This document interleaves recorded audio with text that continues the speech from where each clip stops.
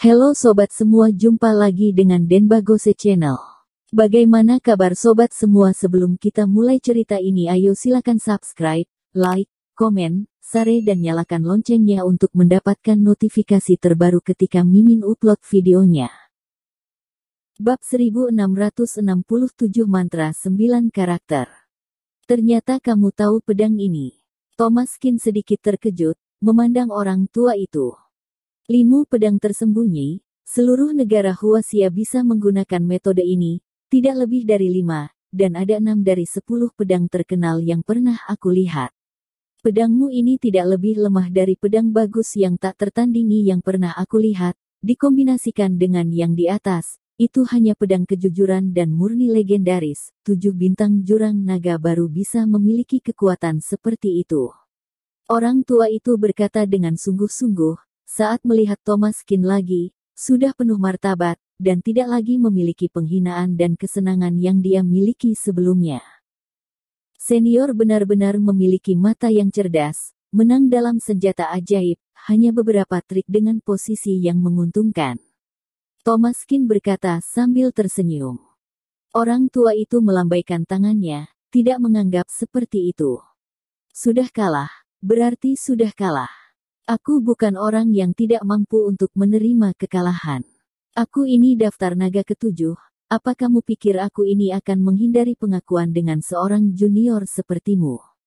Tapi kamu masih begitu muda, sudah memiliki kekuatan ilahi yang sedemikian rupa, melihat ini tampaknya masa depannya tidak terbatas.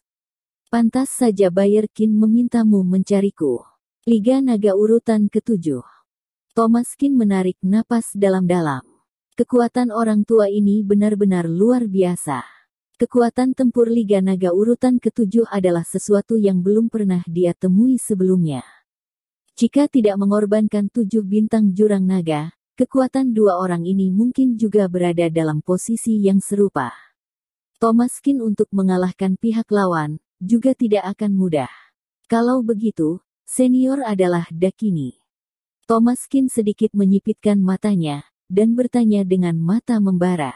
Benar, aku adalah Dakini.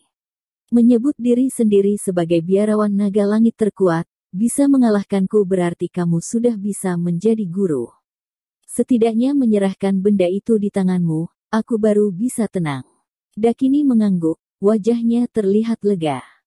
Aku masih kurang jelas tentang satu hal, di mana kuil gerbang praktisi.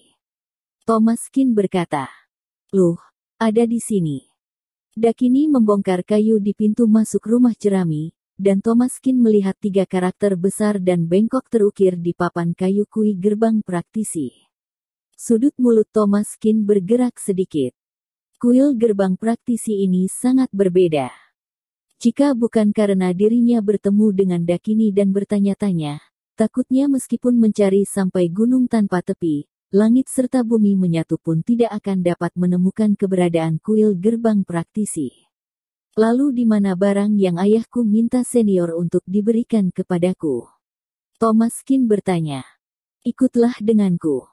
Dakini membawa Thomaskin ke dalam gubuk beratap jerami itu, memang sangat sederhana, tampaknya Dakini ini bukanlah orang yang kebetulan saja, sebaliknya dia adalah seorang biarawan ilahi yang tidak memperhatikan penampilan.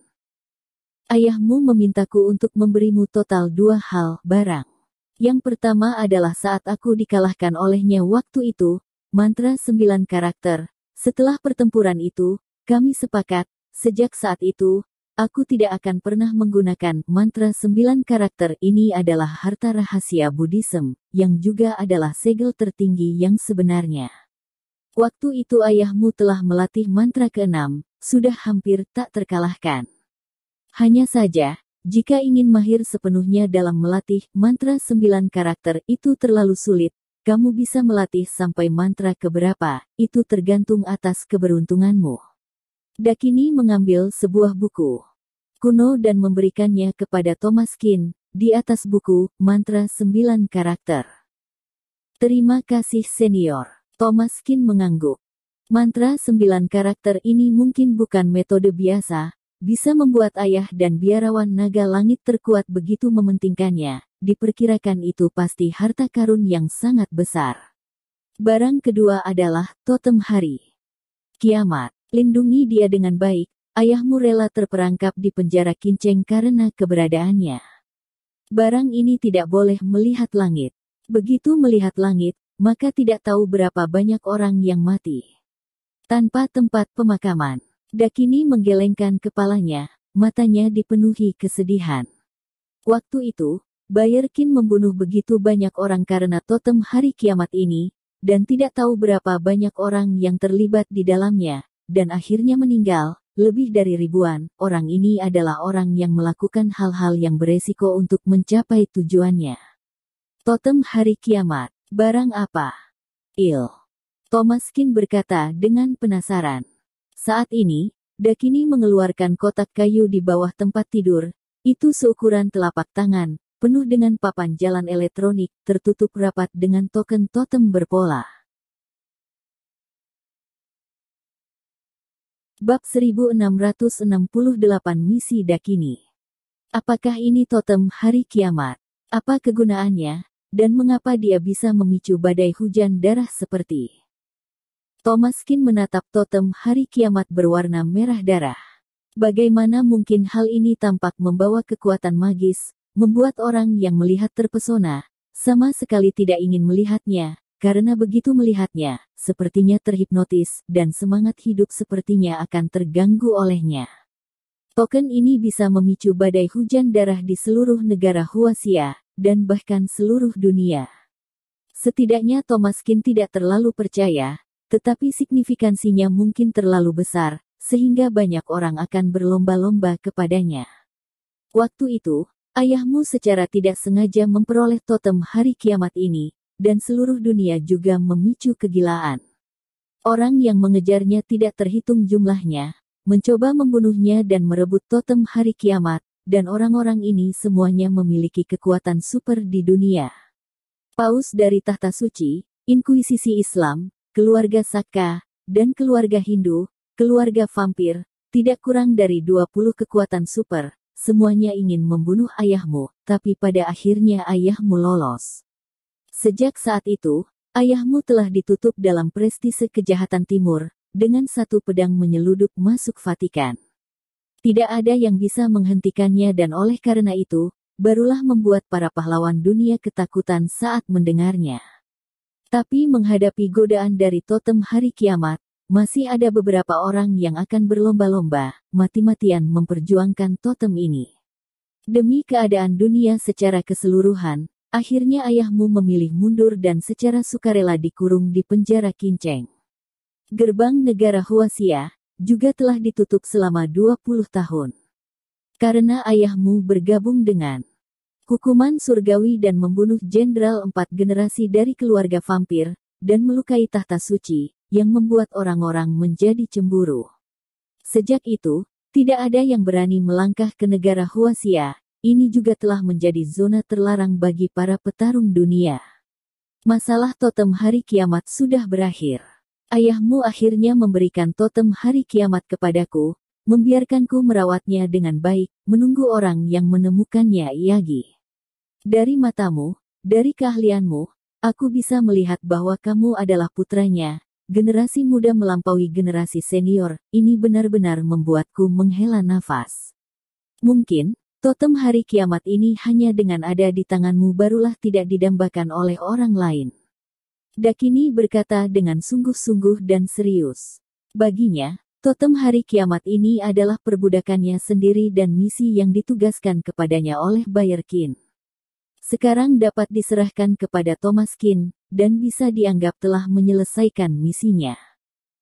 Ayahku, waktu itu, ternyata begitu. Thomaskin bergumam.